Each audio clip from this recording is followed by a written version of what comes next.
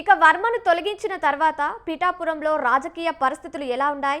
ఈ చర్య ద్వారా మిగిలిన జిల్లాల నేతలకు అధిష్టానం ఎలాంటి హెచ్చరికలు పంపింది అనే దానిపై మరిన్ని అప్డేట్స్ మా ప్రతినిధి నవీన్ రాజ్ కాకినాడ నుంచి లైవ్ ద్వారా అందిస్తారు. చెప్పండి నవీన్ రాజ్. Good morning Kavya. ఏదైతే ఆ తెలుగుదేశం పార్టీ, అలాగే జనసేన పార్టీ, బీజేపీ పార్టీ, మూడు పార్టీలకు సంబంధించిన కూటమి ప్రభుత్వం అయితే కనుక 2.5 సంవత్సరాల క్రితం రాష్ట్రంలో అధికారంలోకి వచ్చింది.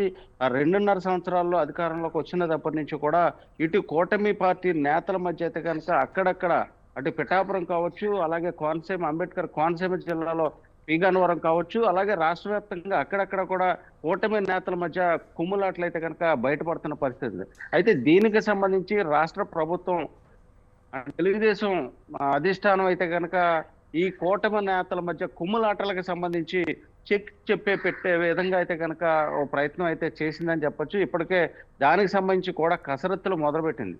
ఏదైతే కూటమి నేతలు క్రమశిక్షణ ఉల్లంఘించి ఇటు రెండు పార్టీల మధ్య సఖ్యతని దెబ్బతీసే విధంగా ప్రయత్నం చేస్తున్నారు. అలాంటి వారికి చెక్ చెప్పాలి అనే కాన్సెప్ట్ అయితే కనుక అధిష్టానం అయితే ఇప్పటికే చర్యలు అయితే ప్రారంభించింది. క్రమశిక్షణ చర్యలు తీసుకుని కూటమి నేతలు సఖ్యతగా ఉండాలని చెప్పి ఇప్పటికే కూడా ఒక డైరెక్షన్స్ కూడా ఇవ్వడం జరిగింది. అంటే ఇటు రాష్ట్ర తెలుగుదేశం పార్టీ అధిష్టానం అయితే కనుక దానికి ఇప్పటికే క్రమశిక్షణ చర్యలతో పాటు ఇటు రాష్ట్ర వ్యాప్తంగా అంటే ఇటు పవన్ కళ్యాణ్ కావచ్చు, ఇటు చంద్రబాబు కావచ్చు, ఇద్దరు నేతల మధ్య 15 ఏళ్ల పాటు ఈ సఖ్యత అయితే కొనసాగే అవకాశం అయితే ఉంది. కాబట్టి కింద స్థాయిలో ఉన్న రాష్ట్ర వ్యాప్తంగా ఉన్న నేతలందరూ కూడా సఖ్యతగా ఉండాలి, ఇద్దరిని చూసి అందరూ కూడా ఈ పొత్తు ధర్మాన్ని పాటించాలని చెప్పేసి అయితే రాష్ట్ర తెలుగుదేశం పార్టీ అధిష్టానం ఇప్పటికే డైరెక్షన్స్ అయితే ఇస్తుంది. ఎవరైనా ఇలాంటి సఖ్యతని దెబ్బతీసే విధంగా, రెండు పార్టీల మధ్య విభేదాలు సృష్టించే విధంగా, గలాటాలు సృష్టించే విధంగా ప్రయత్నం చేస్తే వాళ్ళ మీద చర్యలు తీసుకుంటాము, జాగ్రత్తగా ఉండండి అని చెప్పేసి అయితే ఇప్పటికే ఆ రాష్ట్ర ముఖ్యమంత్రి చంద్రబాబు నాయుడు, అటు టీడీపీ రాష్ట్ర అధ్యక్షుడు పల్లా శ్రీనివాస్ కావచ్చు, ఇద్దరు కూడా కింది స్థాయి నేతలతో కూడా మాట్లాడుతున్నారు. ఈ క్రమంలోనే పిఠాపురం నియోజకవర్గానికి సంబంధించిన తెలుగుదేశం పార్టీ ఇన్ఛార్జ్ గా వర్మన్ అయితే తెలుగుదేశం పార్టీ ఇన్ఛార్జ్ పదవి నుంచి అయితే నిన్న తొలగించిన పరిస్థితి ఉంది.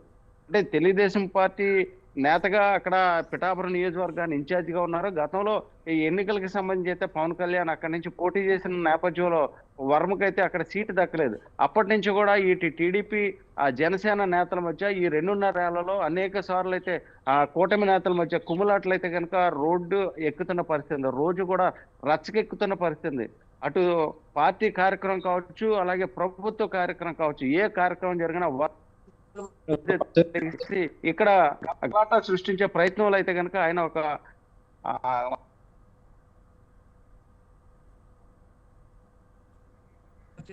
Thank you Naveen Raj, thank you for the updates.